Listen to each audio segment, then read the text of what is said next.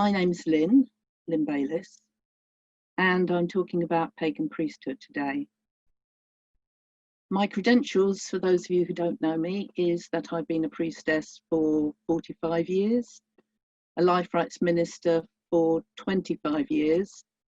I was a prison chaplain for 8 years, a hospital chaplain for 5 years, and I'm currently still a hospice chaplain for 2 different hospices. Talking about pagan priesthood this talk is my personal view, but I sincerely believe that we do need a pagan priesthood.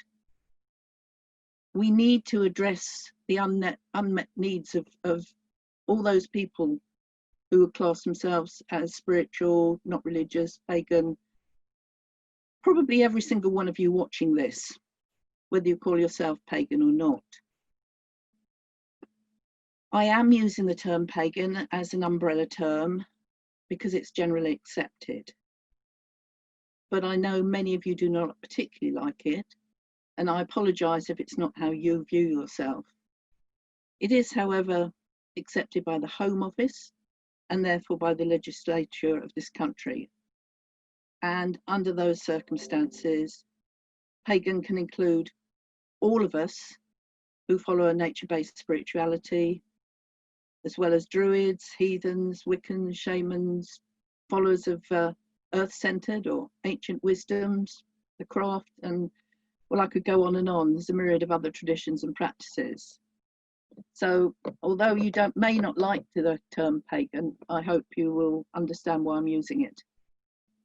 And it will help those who are new to paganism and who are perhaps having problems with the authorities or just expressing their opinions to have something to hang their hat on. And I particularly hope in time that there will be people out there, there will be pagan priests.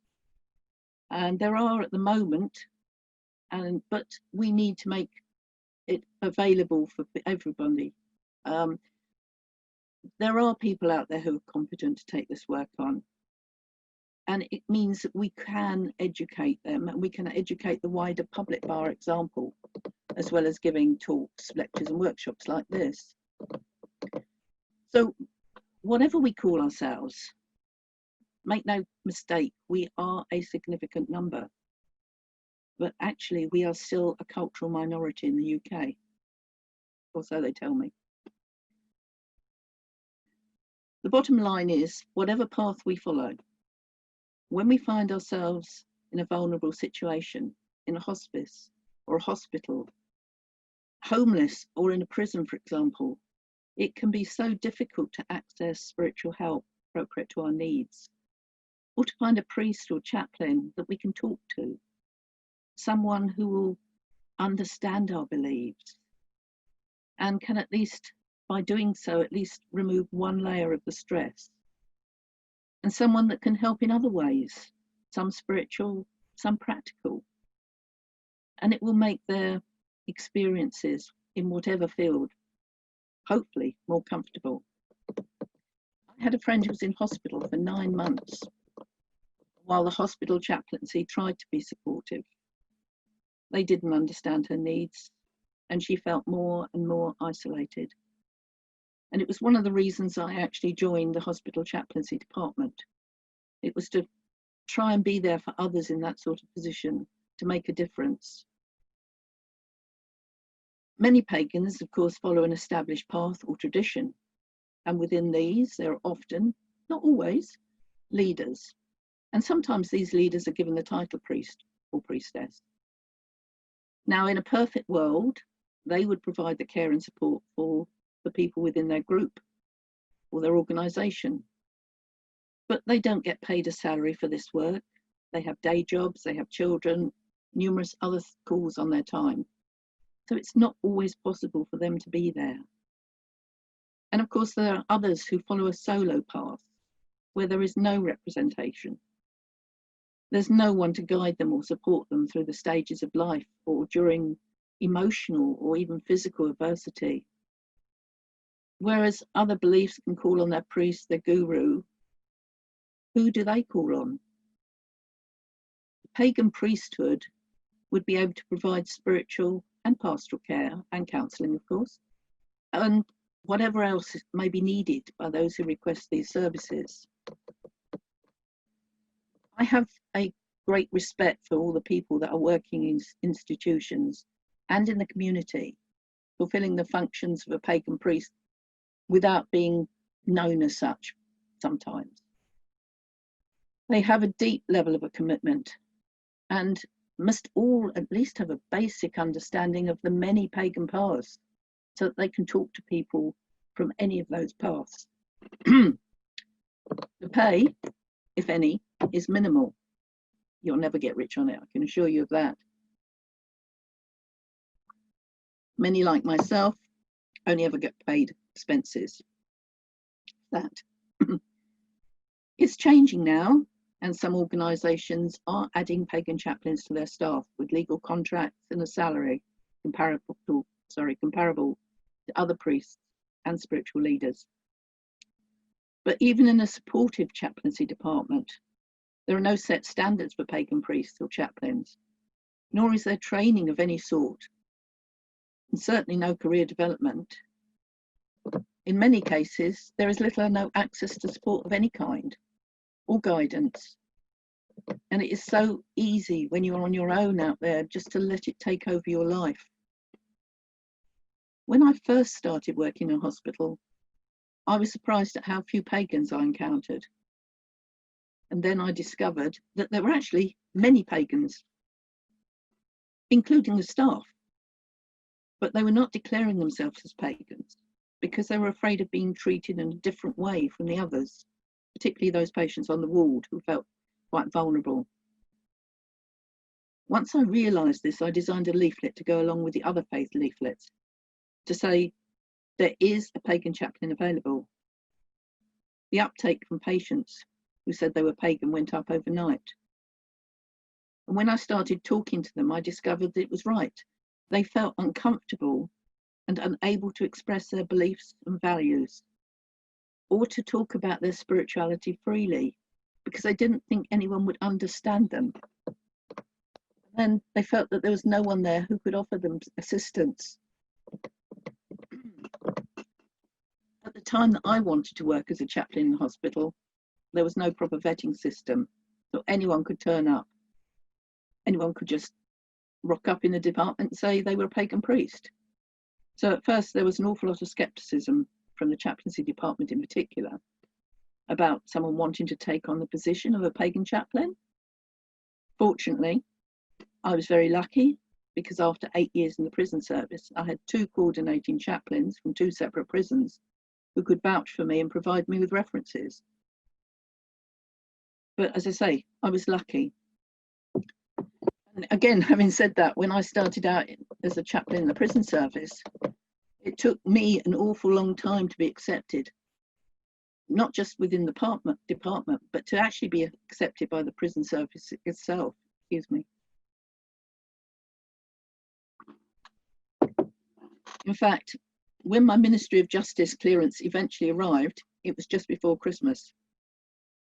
And at a Christmas party, no less, the then governor joked in front of all the staff that some prisoners took 2 or more years trying to get out, and I'd taken 2 or more years trying to get in.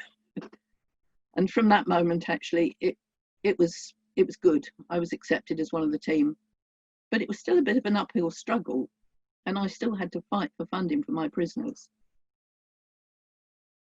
And even with the help of my coordinating chaplains, or chaplain at that point, he was often overloaded and could be of minimal assistance. And when he was not available, well, there wasn't anyone to turn to. And there was very little accountability. I know it's different now, particularly in the prison service. And I should perhaps explain that the prison service is slightly different from many of the other institutes that have priests and chaplains, as many of the prisoners come in without a spirituality. And because of the time they have on their hands, they think about things, they research, and subsequently many decide that they are pagans. And they need to understand the different pagan paths, where they differ, where they have similarities to other pagan paths. To work as a prison chaplain or as a pagan priest within a prison can be hard. You do need to be able to listen to others without judgment,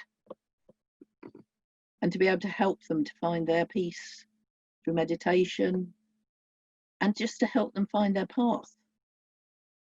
And as I said before, you have to have this big understanding of all the different pagan paths, at least at a minimal amount. But it is essential that we have pagan priests, and if you want to call them chaplains, whether it be in institutions or in the wider community. But these people need our support, and unless they're acknowledged for the work they do, they will not get it. In addition, they need to have their existing knowledge and abilities strengthened. We can do this by giving them professional training, ongoing support, supervision, guidance, just plain basic care. In addition to all this, of course, they need procedures, resolutions, and somebody there that can provide them with spiritual and pastoral care. And it's so essential for those wishing to undertake this role of service that they're up to date on current legislation and have sufficient information and skills to work in the community or in an institution as the same way and in the same way as other spiritual and religious ministers do, so that they are taken seriously. And within that, again, professional behaviour is something that we need to do. And personal and professional values and responsibilities are more important than being liked by others. We need to be professional to be accepted. It's not usually a problem if people have adequate boundaries in place, but if they don't, they can be laying themselves wide open to physical and emotional abuse. Because it's so difficult working in these situations where you're constantly being watched, being aware that you need to be on display. All you can do is be transparent, honest, and true to yourself. And honestly, you can be honest with your clients. Use your own spiritual practice to sustain the ground. And bottom line, don't force your beliefs on anybody else, but understand them, listen to them, be there for them. And always remember the work we do is in service to others. Having said all this, all anyone can ask is that the people who are working as priests or chaplains within any of our institutions or out in the wider community, with the homeless, with those who have mental health problems, all we can ask is they do what they can do, that they are the best person that they can be. And without somebody, without an organisation behind them, we have to stress to them that they must take care of themselves and they must have time for themselves. It's so essential that they schedule downtime with nobody behind them to say, you need a break. It's very easy just to keep going. So you need to refresh yourself in order to renew your mental and physical self, your beliefs and your emotions. So to anybody out there doing this work, make a commitment to access and accept supervision and help. Again, as a priest, as somebody who might stand up and say, and be a priest for the pagan community, to accept the responsibilities, you have to be vigilant, because there are certain types of people who will target the vulnerable, the lonely, and the seekers. And we have to be aware of those and weed them out. What else can we do as a priest, as a pagan priest? Well, we can be part of interfaith discussions and enable the rest of the world to see, through example, that we are sincere in our beliefs. And our moral code is often far more restrictive than many of the others. We can teach those who have no teacher, and we can be there for those who are new to paganism, those looking for help and advice, leading them perhaps through the wheel of the year. At least this is something that most of the pagan paths have in common. We can talk about rites of passage and provide the spiritual basis for these ceremonies, as well as help them understand what they need, that they can do it for themselves. They can do their own naming and hand fastings. They don't have to spend lots and lots of money on it. And also, what I'm doing at the moment is providing end-of-life duties. Working in hospice, it soon became clear to me that there is absolutely a role for a pagan priest at the end of life. Someone that the pagan patient can talk to, someone who can provide solace and understanding, and sometimes just be a liaison between them and their families. Often the most important skill at this time is listening to the dying person and providing them with comfort as required. Each person is unique, and their pagan path plays an enormous role in what they believe happens at the time of death.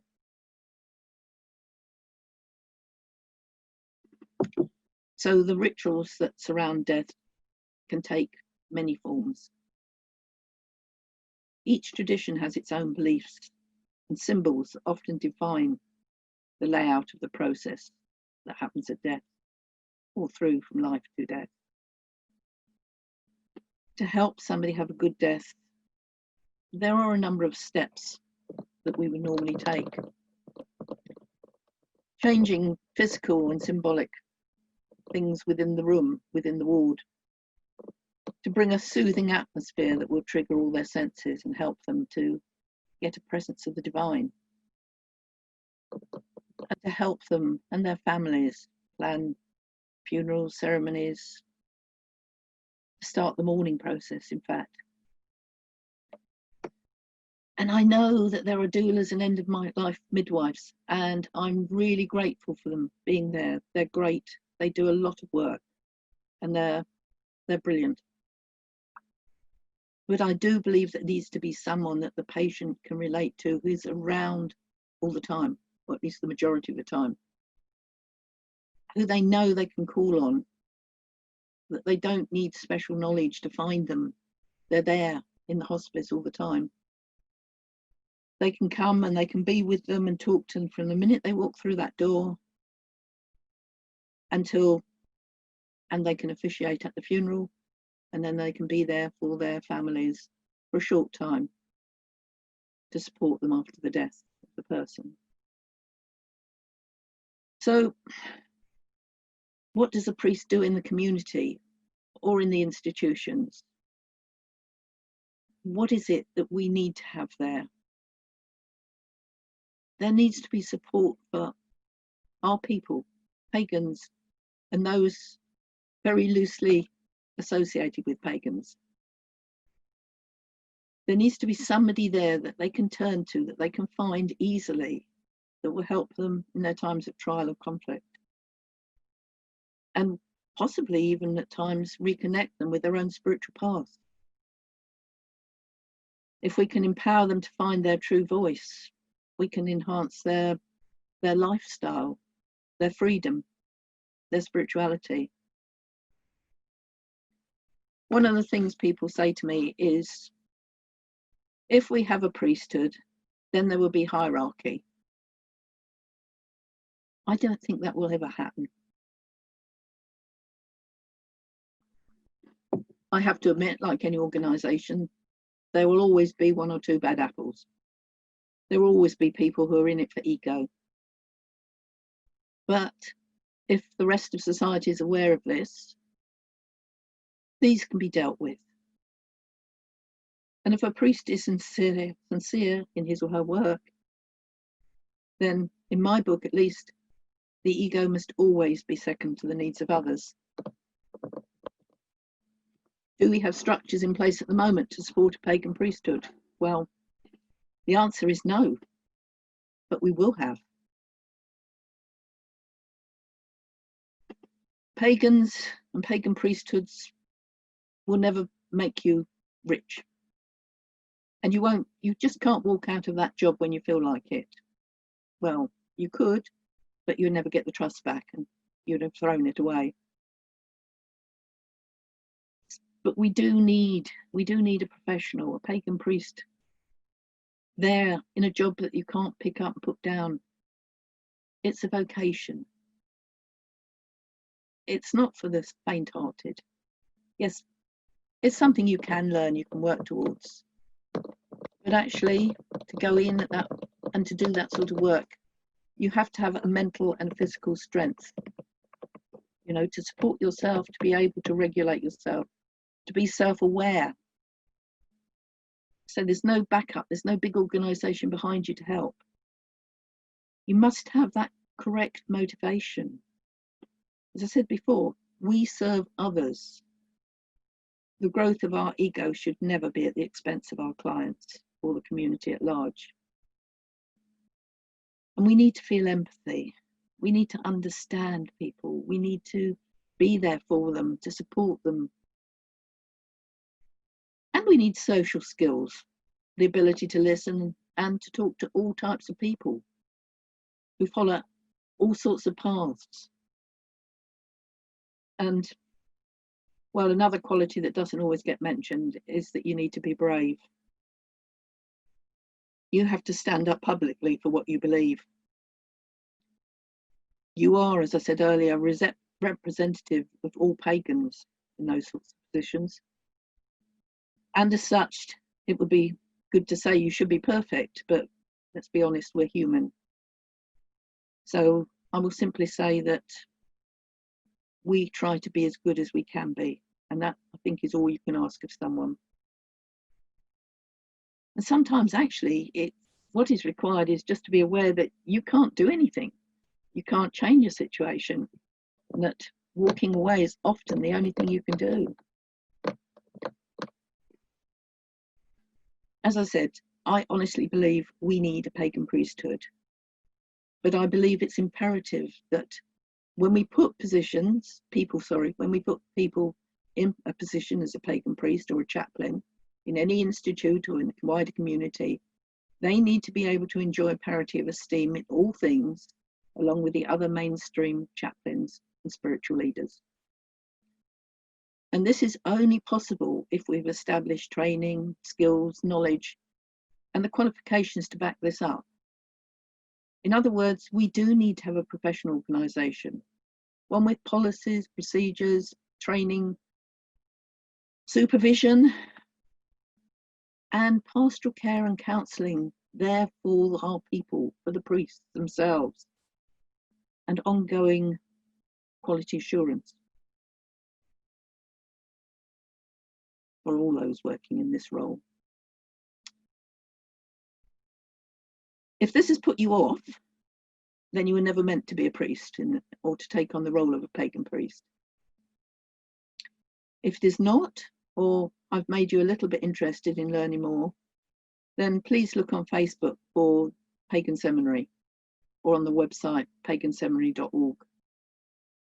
And finally, thank you so much for listening to me, and my love and blessing to all of you. Thank you. Goodbye.